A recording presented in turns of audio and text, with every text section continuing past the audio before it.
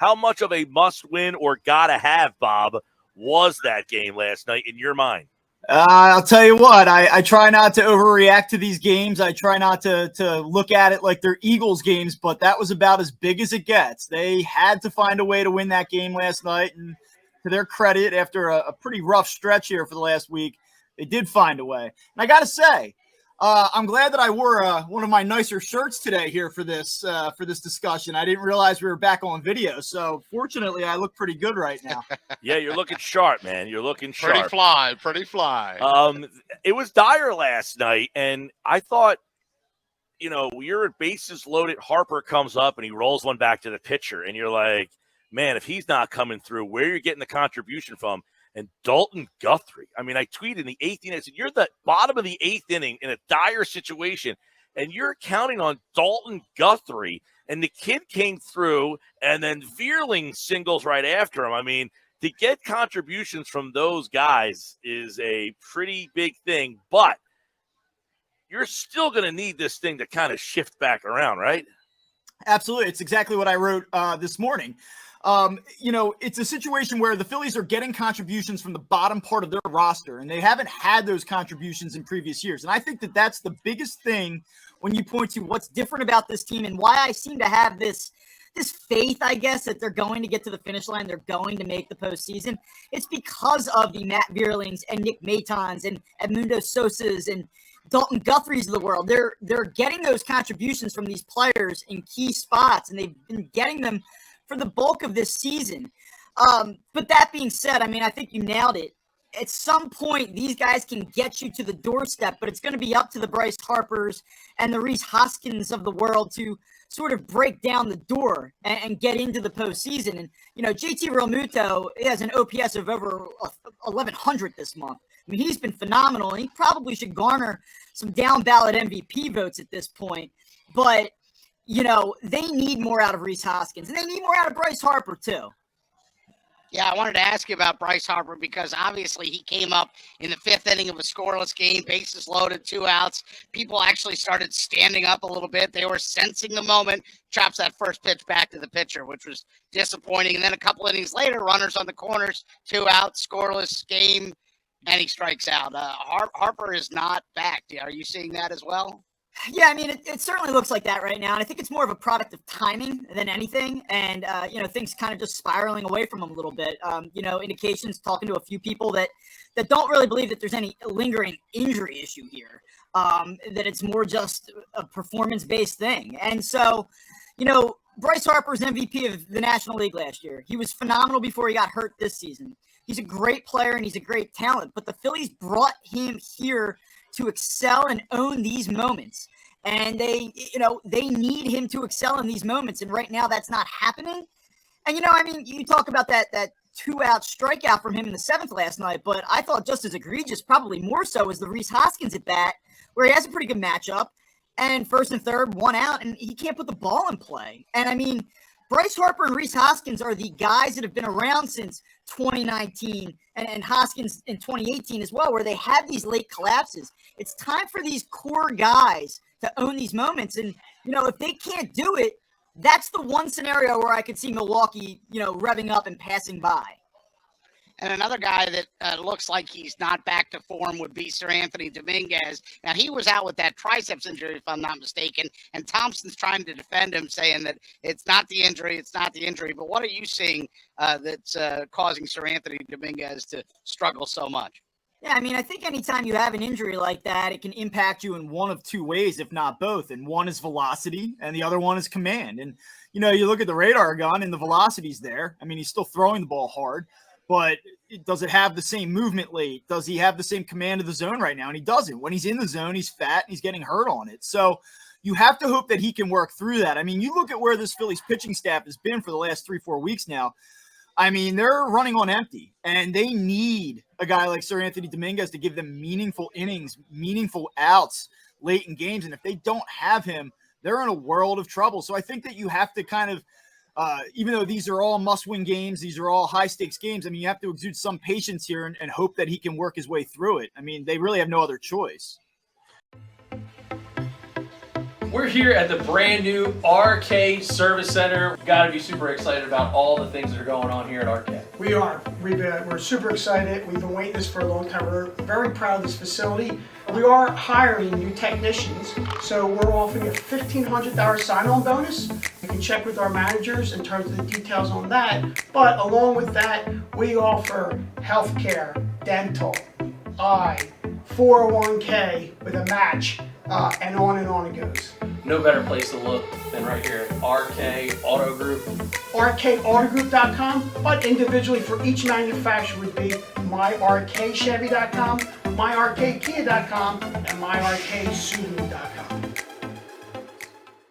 Bob Wankel, Crossing Broad. Bob, give me your thoughts on Wheeler moving forward. What is the plan for him? Can they get him to the finish line ready to go? If it all maps out to get him to game number 1, do they think that he will be able to handle that? Yeah, I believe so. And I think that last night, being down there and just looking at the way that he approached the start, the Phillies had targeted 55 pitches for him last night. He goes to 58. And you saw the velocity. And, we have not seen him throw the ball like that this season. He equaled his output of 98-mile-per-hour plus pitches last night from every start prior to his injury and his last start on August 20th. And he held that velocity from the first inning through the fourth inning. And I think that that's what's most encouraging. It's not like he came out with his hair on fire and then you saw 94, 95 by the time he reached the fourth. He consistently threw the ball with good velocity, good life late through the zone. And so what you'll see now is probably one more start like this where, maybe he goes 4 or 5. Maybe they take him up to 65, 70 pitches, and then they probably take the training wheels off. He probably makes one more start at full strength here in the regular season. And then, should they reach the postseason, I think if you're the Phillies, you should feel pretty good about what you saw last night and reasonably expect him to be Zach Wheeler come October. Nola, we know, would be next. And then after that, I guess, have you put in your mind Suarez? We know it's not going to be Gibson, right? Falter, Syndergaard. I guess Syndergaard's not going to be it either. Suarez would be the third guy, right? How big of a tonight is for him to show that he can be that third guy? Yeah, I think tonight's a huge start for him. It's a huge start for this team after what happened in Atlanta last weekend. You look at the standings. I think at some point you have to prove that you can hang with this team. Phillies have played the Braves pretty tough this season, last weekend notwithstanding, but this is an important series. This is a hugely important start for Ranger Suarez. And to answer your question, we lost your audio, Bob. Do you have me now? Yep, we got you. Okay, sorry, yeah. This is a critically important start for Ranger Suarez. It's not going to be Kyle Gibson, and he's shown us plenty enough over the last 3-4 weeks as to why it won't be him. Noah Syndergaard, you're seeing that they're using him on the back end of a piggyback with Zach Wheeler, so they certainly don't have confidence that it's going to be him. So it really comes down to Bailey Falter or Ranger Suarez, and I think that, listen, Ranger Suarez. Does Eflin play into this at all? I don't believe so. No, I don't think that you can ramp him up in enough time where he's going from 1-2 innings every other appearance to, taking down 5-6 innings in a playoff game. Bob, I want to ask you about September swoons, because the last 5 seasons, that's what the Phillies have done, found ways to, instead of finding ways to snatch victory from the jaws of defeat. They're going to go Chico Ruiz on them. Yeah, well, I am 58 years ago last night. I'm sure you saw that. 50. I wasn't alive 58 years ago, but the Philly fan base, there are people out there that certainly remember that. Yeah. I guess with all that in mind, and I'll just circle back to where we started this conversation, I don't know if they win this game in September a year ago or 2 years ago, and now their magic number is 11. You said if they make the playoffs because you're being safe, because, but you think they're going to make it is what I'm asking. I do. I just don't really believe in Milwaukee. I think that the math is the math, and this late in the season, Milwaukee's really going to have to surge, and the Phillies are going to have to really fall apart. And, they could. I'm not telling you that the Phillies are immune to, a prolonged losing streak here down the stretch, but they've just overcome adversity so much this season. It would be, I think, probably more disappointing than any other previous year for this team after how far they've come here to get this close to fall apart. I just don't think Milwaukee's good enough to close this gap over the next, 2 weeks. And, well, you go back to last night and how important was last night to make you feel that way. Because if they would have lost last night and then have to play the Braves for 4, how different is this conversation we're having?